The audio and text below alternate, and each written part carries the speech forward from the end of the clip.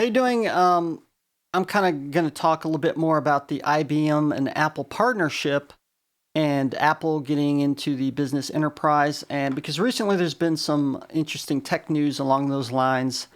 And talking about it, so IBM is helping Apple into the business and enterprise using different tools and their expertise and services, and vice versa. Apple is supplying IBM with a lot of Mac computers. To give you an example, right now IBM has 130,000 Mac devices, which can be MacBook Pros, iMacs, and also iPads, iPhones, and with an addition of 1,900 devices per week still coming in. And what I found the most interesting is comparing a little bit between PC computers and Mac computers, not trying to make it one versus the other, but just for the data wise.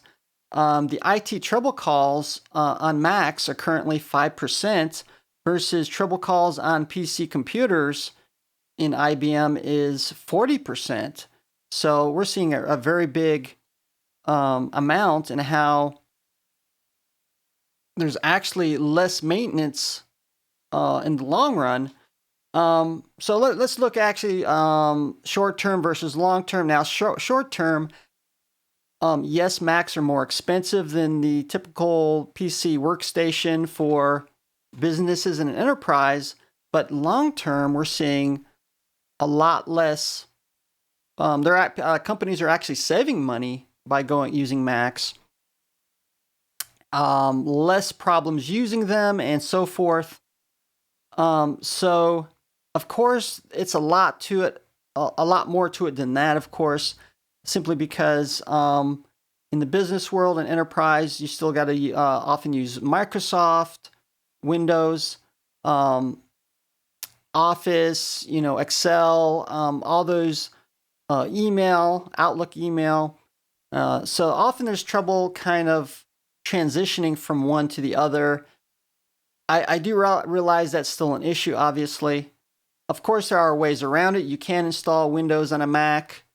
You can also use virtual machines through Parallels and VMware Fusion or VMware, however you want to say it. They even have servers for that.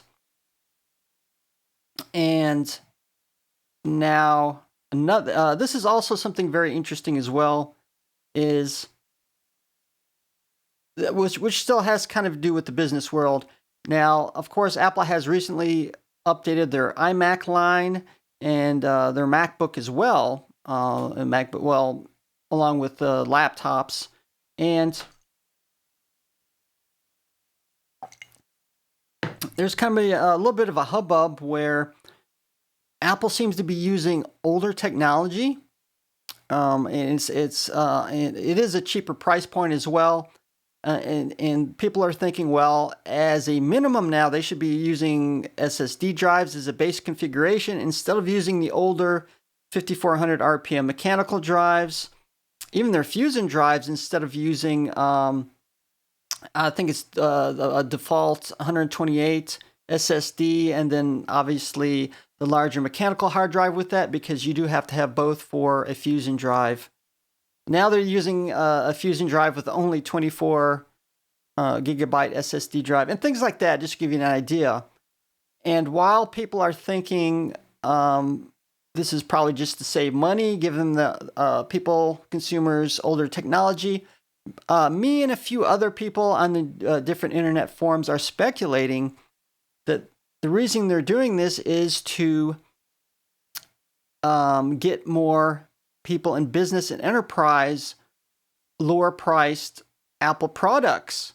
So, in fact, that's one of the biggest reasons. One of the biggest reasons why we're not seeing wide adoption of Mac versus PC in the business enterprise world. For that reason, obviously, other ones as well, Windows and Windows applications, obviously. So,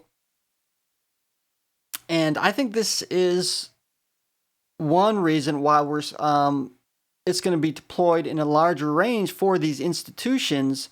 So these lower priced Mac devices are going to be great for schools, hotels, motels, dental offices and doctor's offices because they don't need the fastest Mac available.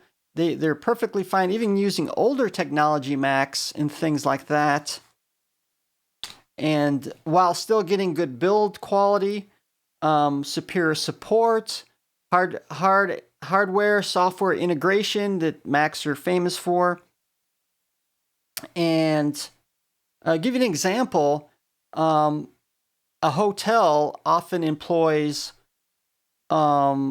computers for its people to use. Perhaps they need to check their email, or they don't have their computers with them, so they want to check email, get on the internet, social networking, and things like that. You don't need the fastest Macs available for majority of business enterprise users.